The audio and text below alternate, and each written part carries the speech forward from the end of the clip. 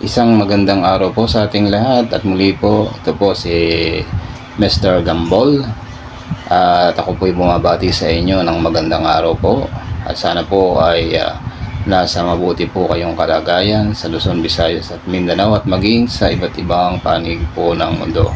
Ito po ay ipaparinig ko po sa inyo, ito pong isa pong topic dito po sa pagbaba ng bigas at ang pakikinggan po natin itong si Sangkay Janjan. Ito po, pakinggan po natin. Ano ang rason ng pagbaba ng presyo ng bigas sa mga palengke? At bakit umabot pa po sa 20 pesos? Na mauuna po sa Visayas, no? At nationwide po yan, mga sangkay. Pero ang una po munang bagsak doon sa Visayas. Dahil lahat ngayon, mga sangkay, pinoproseso. At magugulat po kayo, mga sangkay, kung papaano ginawa ito ni Bongbong Marcos. Kaya nga sabi ko sa inyo, dapat naghintay lang po talaga muna. Kasi yung iba kasi nagmadali, di ba? Sabi nila, budol, bakit daw hindi naabot yung pinakamababang presyo ng bigas? Samantalang ito yung kagustuhan ng pamahalaan natin. O isa sa mga pangarap ni Bongbong Marcos na isiniwalat during the campaign season. Ngayon, mga sangkay, ito ang dahilan talaga. Kasi yung iba, di ba, nagdududa, sabi nila, mag-e-election daw kasi, kaya bumababa. Guys, ulitin ko hindi po magsasakripisyo yung mga negosyante pabagsakin yung presyo ng bigas dahil lamang po sa eleksyon. Wala pong ganun. Tandaan po natin, mga negosyante yan, hanggat maaari, kailangan nilang kumita ng malaki. Kaya nga po, dumadating sa punto na maging yung binibili nilang bigas o palay sa mga magsasaka, ibinabarat. Kasi gusto po nilang kumita. Kaya hindi po ako naniniwala sa sinasabi nila na dahil lamang po mag-eleksyon. Wala pong ganun. Sino ba naman ang negosyante na susugal dahil sa eleksyon, papayag siyang malugi yung kanyang negosyo? Diba? Ganun lang. Common sense lang, mga sangkay. Napakadali lamang po niyang intindihin. Ngayon, eto na. Pag-usapan po natin. Ano nga ba talaga ang pinakaugat, pinakadahilan ng lahat ng pagbaba ng presyo ng bigas? Kasi first time yan nangyari. Lahat ng mga naging presidente, mga sangkay, wala po nakapagpababa ng bigas. Ng presyo ng bigas. Bakit? Kasi nga po may alam nyo yung parang may momentum po talaga na taon-taon tumataas. Diba? Bawat presidente, sino ba namang maaalala nyo, mga sangkay, na presidente na halimbawa na lang mula 20 pesos na bigas, biglang ginawang 5 pesos. Yung mga unang mga namuno. Di ba walang ganun? Ngayon si PBBM, from 60 pesos, more than 60 pesos or 70 pesos, ginawa niya pong umabot na lamang po ng 30 pesos mahigit. From 30 pesos, ito hindi po yung 20 pesos ang pinag-uusapan pa natin. Yung mababang presyo pa lang na bigas sa mga palengke na mabibili. Mula 30 pesos hanggang 40 pesos up to 50 pesos. Ganyan po yung bigas ngayon. Pero madalas, 30 to 40 pesos mahigit yung bigas ngayon. Ngayon, ito yung reason, mga sangkay. Magugulat kayo sa ginawa ni BBM. Maraming nagtatanong, paano daw napababa ni PBBM ang presyo ng bigas? Oo, dati parang imposible, pero ngayon, nagbubunga na ang mga proyekto ni Pangulong Marcos Jr. Dire-diretso muna natin panoorin to, saka tayo magkomento, mga sangkay. Ito lang naman, mga kababayan, ang rason kung bakit bumaba ang presyo ng bigas. Una, si PBBM ay namahagi ng mga makabagong makinarya sa ating mga magsasaka mula sa traktora, mechanical dryers at combined harvester para mas mapabilis at mapagaan ang produksyon ng palay. Pangalawa, namigay din ang Pangulo ng high-yielding seeds at fertilizers sa mga magsasaka kasabay ang Soil Health Program para mapalakas ang ani at kalidad ng ating bigas. Pangatlo, nagtayo si PBBM ng mga solar-powered irrigation projects na nagbibigay ng sapat at tuloy-tuloy na patubig. Kaya kahit tag-init, tuloy-tuloy ang pagtatanim. Ang apat, nagtayo din ang Pangulo ng mga modernong rice processing centers para siguraduhin ang kalidad ng bigas at mabawasan ang pagkalugi ng mga magsasaka. Ilan lamang ito sa mga programang isinulong ni PBBM na nagpatibay sa rice industry ng Pilipinas at nagresulta sa pagbaba ng presyo ng bigas. Maraming salamat, PBBM. You see? Nag-gets ba, mga sangkay? Nakita nyo ang ginawa ng Pangulo. Alam nyo, tinuro na natin to sa live, mga sangkay. Masyado lamang pong klaro dito kasi Wala nang mahaba pang komento eh. Kumbaga, nilatag na ang lahat, mga sangkay. Lahat ng ito, hindi po biglaan nangyayari. Okay? Lalong-lalo na po yung program, yung sistema, yung planning, hindi po yan ura-urada. Tandaan nyo, lahat ng ura-urada, lahat ng mabilisan, napupurnada. Okay? Napupurnada yan. So, lahat pinaplano. Walang isang kumpanya, mga sangkay, na naging successful ng mabilisan. Wala pong ganun. Lahat nagsisimula, step by step, nasa proseso ang lahat. Huwag po tayo maniwala na isa-isang idlap lang, gaganda na ang buhay ng mga Pilipino. Walang ganun. Ang paglago ng ekonomiya, ganun lang din yun. Ang pagyaman ng Pilipinas, hindi po sa isang idlap. Yumaman ang China, hindi po sa isang idlap. Yumaman ang Singapore, hindi po sa isang idlap lamang. It takes time, it takes process, mga sangkay, planning, strategy, and system. Okay? Sistema ang isa sa pinakamahalaga po talaga sa lahat. Ngayon, ito ang ginawa ni PBBM. Ulitin natin, magkomento po tayo step by step. Ming nagtatanong, paano daw napababa ni PBBM ang presyo ng bigas? Okay?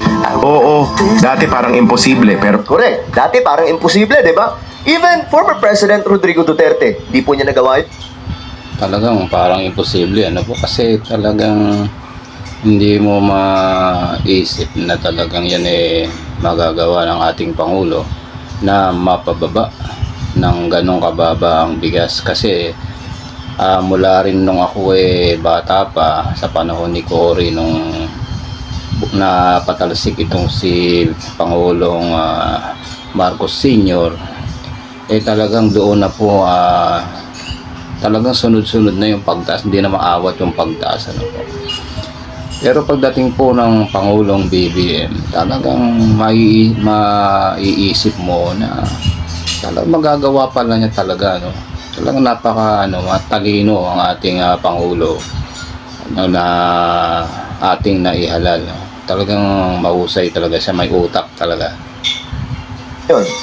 Bago yung pandemic, magkano yung bigas? 70, umabot pa po ng 80 pesos per kilo. At that time, wala pang pandemic. Nung dumating yung pandemic, lalong lumala, mga sangkay. Pero ang kinagandahan doon, may mga libre at that time mula po sa government. Ngayon, ituloy natin. Paano bumaba ang presyo ng bigas? pero ngayon nagbubunga na ang mga proyekto ni Pangulong Marcos Jr. Ito lang naman mga kababayan ang rason kung bakit bumaba ang presyo ng bigas. Okay? Una, si PBBM ay namahagi ng mga makabagong makinarya sa ating mga magsasaka mula sa traktora, mechanical dryers at combined harvester para mas mapabilis at mapagaan ang produksyon ng palay. Okay. Ito yan ha, mga sangkay. Namahagi si PBBM, mga libre na mga equipment, new equipments, mga sangkay, modern and advanced na mga kagamitang pangsaka.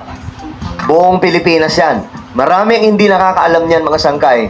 Pero tanging matalinong tao lamang ang makakagawa niyan at may alam sa agrikultura. Okay? Ako, dati po akong anak. Actually, yan pong mga proyekto ng ating Pangulo, hindi po gano'ng binabalita po yan. Pero yan po, talagang nangyayari po sa ating bansa, mga kababayan. ngayon, anak po talaga ako na magsasaka. Kasi up to now, nagsasaka naman po talaga yung family ko. At ako, mga sangkay, mayroon din po akong mga lupa na sinasakahan. So alam ko to mga sangkay kung gaano kahalaga pagdating sa produksyon. Ang kinagandahan kay PBBM ngayon, gusto niya maging advanced ang technology ng pagsasaka. Kasi sobrang late na po tayo eh. Yung ibang mga bansa, hindi na po kalabaw yung ginagamit, kundi mga equipment na advanced, modern technology na pangsaka. Kaya mabilis nakakapag-produce ng bigas at iba pang mga produkto galing sa kanilang bansa. Ngayon, ito ha, mga modern equipments, maliban dyan, ito pa. Pangalawa, namigay din ang Pangulo ng high-yielding seeds at fertilizers sa mga magsasaka kasabay ang Soil Health Program para mapalakas ang ani at kalidad ng ating bigas. Ngayon, isa pa yan. Ngayon, para po sa inyong kaalaman, ginawa po ni PBBM libre ang fertilizer, abono, mga sangkay, at mga seeds, yung mga seedlings, mga sangkay, yung mga tinatanim mismo. Hindi na po nila binibili. Nasa kanila na yun. Kung bibili yung Binhi po yan, binhi. mga magsasaka. But provided na po ngayon ng government, mga sangkay. Sa madaling sabi, Pinagaan ni PBBM ang lahat. Alam niyo yung abono pa lang, bibili sila sa market, sobrang mahal niyan, sako-sako kasi ang binibili dyan eh. Kasi ipapampataba yan sa lupa, mga sangkay, para po mas mayabong ang ani, mas marami ang ani. Ngayon ang ginawa ni BBM, pinrovide niya sa mga magsasaka. Maliban pa po yan sa mga cash na tulong sa mga magsasaka para po mapagbuti ang kanilang mga pananim. Ganyan ang ginawa ni Pangulong Bongbong Marcos. Di ba mga sangkay, napakaganda? O ito pa, maliban dyan, libre, di ba? Bumabaha ng suporta ng abono, mga sangkay, at marami pa pong iba. Ito pa. Pangatlo, nagtayo si PBBM ng mga solar-powered irrigation projects na nagbibigay ng sapat at tuloy-tuloy na patubig. Kaya kahit tag-init, tuloy-tuloy ang pagtatanim. Pang-apat, Ayan na ha. Yung irrigation, mga sangkay, mga daluyan ng tubig, gaano kahalaga yan? Pinakamahalaga yan sa isang pananim. Dahil kung walang tubig, masisira ang mga pananim. Pero ngayon, ang ginawa ni BBM, high-tech na ngayon mga sangkay, may mga solar na po.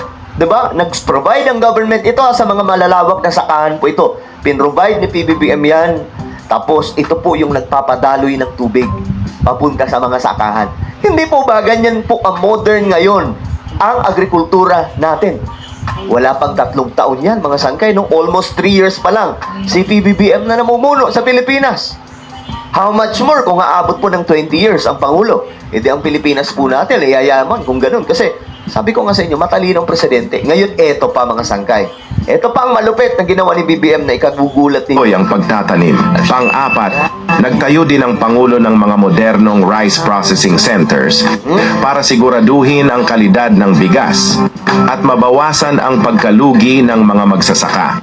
Ilan lamang ito sa Okay, nagtayo ng mga rice processing centers, modern, mga sangkay sa buong bansa. Marami yan. Nasa 150, madadagdagan pa ng almost 100 another rice processing centers sa buong bansa. Isipin nyo kung gaano kahalaga yan. Ang mga magsasaka hindi na po malulugi dahil gobyerno mismo ang bibili sa kanilang mga ani. Yung mga palay nila. Yung gobyerno, mga sangkay, umaabot po ng mahal yung bili ng government kumpara sa mga private. Kasi pag mga private businesses ang bibili dyan, mga sangkay, sobrang barat na eh. Hanggat maaari, makikipagtawaran yung mga lokong yan eh. Pero yung government po natin, ginawa ni BBM, eto may mga rice processing centers. Dito nyo na dadalhin yung mga palay. Ang malupit dito na hindi pa nasabi, si PBBM din po ay bibili ng mga truck. Provided din po ng government. Kapag may ani na sila, isasakay na lamang po doon, dadalhin na po sa mga rice processing centers. First time yan nangyari, mga sangkay. I just remember, during the time of former President Ferdinand E. Marcos, mga sangkay, meron po tayong FTI, yung Food Terminal Incorporated. Doon po dinadala lahat po ng mga produkto galing po sa mga magsasaka. At halos ito po yung pwede nating maihalin tulad ngayon. Kaya nga lang ngayon, mga sangkay, ginawa ni PBBM sa mga probinsya na po ito, mga provinces. Provide na po niya yung mga rice processing centers. Kaya naman hindi na po tayo magtataka. Bakit namura ang bigas? Ngayon, isipin niyo, mga sangkay, ito, yung kamurahan ng bigas ngayon, mapapamura ka rin. Mapapamura ka rin talaga sa, 30 to 40 plus pesos na bigas per kilo sa buong bansa po ito, mga sangkay, nangyayari. Kahit pumunta kayo sa palengke, makakakita kayo ng 30 plus na bigas. Mayroon din pong 29 pesos na bigas per kilo. Sa Kadiwa store naman yan. Mayroon pong 20 pesos bigas per kilo na, mga sangkay, nagsisimula na ngayong araw doon sa Visayas. O, diba? Saan ka pa? Matalino kasi presidente natin. Alam niyo, yung iba kasi, hindi lang po talaga naghintay. Masyado pong atat at naniwala sa mga fake news. O, diba? E di mas magaan yung buhay natin ngayon. Alright, well, ano po ang inyong opinion? Yan, hanggang dyan po yung akin pong iparinig po sa inyo dito po kay Sangkay Janjan. Talagang wala namang duda, talagang matalino yung ating presidente. Nai-handle po niya yung pong dito po sa Department of Agriculture. Talagang mahusay po. Napababa niya ng wala kasing ganun talaga sa istorya ng naging presidente sa Pilipinas na napababa yung bigas. Ang talaga niya ang role kumbaga sa yung pagkakasunod-sunod talagang halos pataas ng pataas. Pero sa ating Pangulo, napababa talaga niya yung bigas, ano po. Kahit sa palengke punta po tayo, mababa po talaga. Di katulad dati, ano po. At hanggang dyan po, salamat po sa inyong pakikinig. At sana po ay huwag niyo pong kalimutan na mag-like, mag-subscribe. At i-share na rin po natin, mga kababayan. Hanggang dyan po. At huwag po nating kalilimutan na tayo magpasalamat sa Diyos na lumalaang.